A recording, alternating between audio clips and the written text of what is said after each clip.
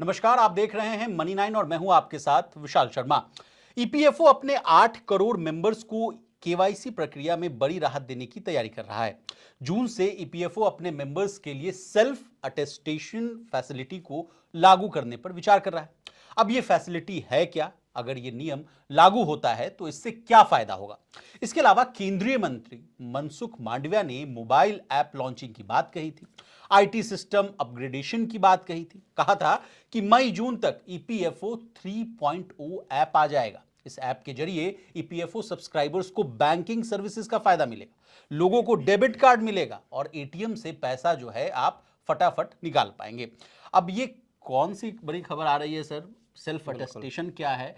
इसी बात को हम आपसे समझना चाहेंगे। बिल्कुल, बिल्कुल। क्या है sir? Over to you. Actually अभी तक क्या होता था कि जो ईपीएफओ के जो मेंबर्स हैं यानी जो कर्मचारी हैं मेरे आपके जैसे, उनका जो अटेस्टेशन है, उनका केवाईसी का जो अप्रूवल है, जी। वो जिस ऑर्गेनाइजेशन में वो काम कर रहे हैं वहाँ से उनका जाता था। ठीक है। ऑर्गेनाइजेशन अप्रूव करता था आपका केवाईसी। ठीक है। इस प्रक्रिया में काफ़ी वक्त लग जाता था, कई जी। बार लोगों को टाइम लगता था। जी। दूसरा ये होता था कि कई बार जो संस्थान मान लीजिए बंद हो गया या दूसरी चीज़ें हुई, तो उस वजह से इनका जो अटेस्टेशन है वो अटक जाता था एम्प्लॉयज़ का। जी। अब सरकार उस पूरी प्रोसेस को ख़त्म करना चाह रही है और चाहती है कि सीधे सीधे तौर पर लोग अपना खुद से जो एम्प्लॉय है वो खुद अपनी केवाईसी को अपडेट कर सके।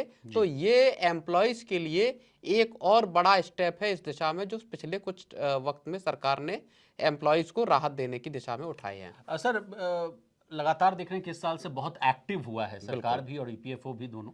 कहा जा रहा है कि ईपीएफओ 3.2 ऐप लाने की बात की जा रही है, बिल्कुल। एटीएम कार्ड आएगा, अब बिल्कुल। फटाफट पैसे निकलेंगे। पहले तो 2-3 कारण की वजह से ही पैसे जी, निकालते थे। जी, अगर जी। आपको घर बनवाना हो, मेडिकल है, शादी करनी हो और कोई भी मेडिकल मेडिकल वाले, मेडिकल का तो इश्यू है, आप बिल्कुल। तो उस समय पैसे निकालने में बड़ी आपाधापी हो जाती थी सर। बिल्कुल, पूरा बिल्कुल, प्रोसेस करिए, कागज को बिल्कुल। जमा करिए, ऑनलाइन ऑफलाइन में जो प्रोसेस हुँ, था वो बड़ा टीडियस था। बिल्कुल। क्यों सर? ये एक सवाल मेरे मन में आ रहा है कि क्यों स्ट्रीमलाइन करने की कोशिश कर रहे हैं सरकार? देखो, ये चीज़ें पिछले कुछ वक़्त से मोदी सरकार के दिमाग में, लेबर मिनिस्ट्री के दिमाग में चल रही थी कि किस तरह से एम्प्लॉइज़ को जी। उनके पीएफ से जुड़ी जो पूरा एक्टिविटी है, जो उनको सर्विसेज़ हैं, उसमें राहत दी जाए। जी। सर्विसेज़ को लगातार ऑनलाइन बनाया जा रहा है कि आपको बार-बार हार्ड कॉपीज़ में आपको दस्तावेज़ न देने पड़ें। ठीक है। और मैं आपको बताऊँ, पिछले कुछ वक़्त में पैसा निकालने की आपका ही पीएफ है हाँ। एक्चुअली, आपकी रकम है जो आपकी सैलरी से कट के उसमें जा रही है।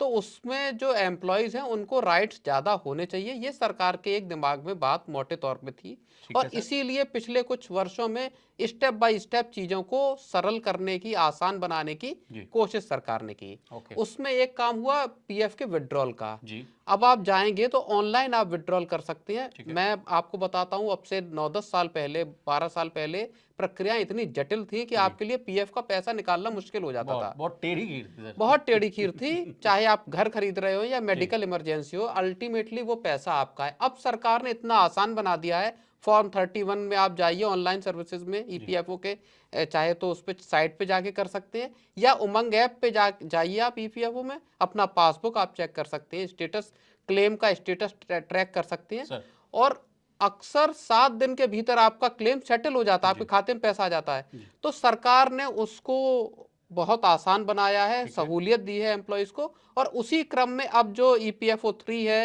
या जी। जो आपने एटीएम का बताया कि जी। एटीएम के ज़रिए आप तुरंत पैसा पैसा निकल सीधा जाएगा। निकाल सकते हैं। ये वो चीज़ें हैं जो अब से बहुत वक़्त पहले हो हो जानी जानी चाहिए चाहिए थी। थी, जी। लेकिन अब हो रही हैं। इसमें भी कोई बुराई नहीं है कि जितना जल्दी आ जाए, ये लोगों के लिए बहुत राहत की बात बहुत होगी। राहत की खबर है।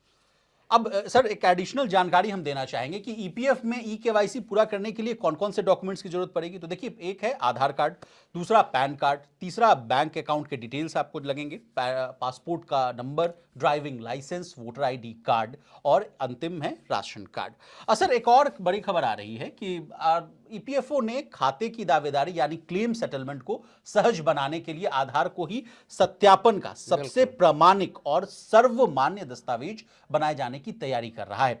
अब सर, आधार सत्यापन का प्रमुख दस्तावेज क्यों बनाया जा रहा है, ये हम आपसे नहीं, जानना चाहेंगे। पिछले कुछ वर्षों में आधार को ही की डॉक्यूमेंट सरकार ने एक तरह से बना दिया है। ओके। चाहे आपको कोई सर्विसेज लेनी हो गवर्नमेंट की, चाहे आपको पासपोर्ट लेना हो, चाहे आपको गाड़ी की खरीद फरोख्त करनी हो, आपको ड्राइविंग लाइसेंस बनाना हो, सरकार चाहती है कि आधार आपका सबसे इम्पोर्टेंट डॉक्यूमेंट रहे।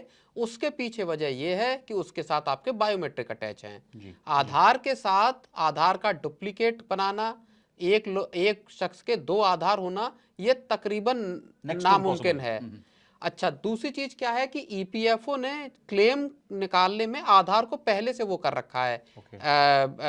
जो जोड़ कर रखा है जरूर KYC हाँ के साथ। मैंडेटरी कर रखा है। उसमें आपका मोबाइल नंबर लिंक है और उसमें आधार लिंक है, उसमें बैंक खाता भी आपका लिंक है। जी, तभी आपका ऑनलाइन जब आप जाते हैं ईपीएफ पे जाके अपना विड्रॉल करने के लिए। विड्रॉल करने के लिए, तो उसमें आधार नंबर आपका जरूरी पड़ता है। तो उस प्रक्रिया को अब वो और व्यापक करके एक फंडामेंटल तौर पे आधार को इसका सबसे अहम डॉक्यूमेंट सरकार कायम करना चाहती है, और वो ठीक भी है। वो इनलाइन होगा चाहे आपका पैन है या दूसरे दस्तावेजों के साथ। जी जी जी, बहुत शुक्रिया प्रवीण सर, आपने इस सारे मुद्दे को बहुत ही आसान जी, भाषा में विस्तार जी, से समझाया। जी। तो अब जो ईपीएफओ ने अपने 8 करोड़ मेंबर्स के लिए जो केवाईसी प्रक्रिया को सरल बनाने की जो बात की है, उसको हम लोगों ने आपको डिटेल रूप में विस्तार से आसान भाषा में समझाया। आपको हमारी ये डिटेल रिपोर्ट कैसी लगी कमेंट कर जरूर बताइएगा।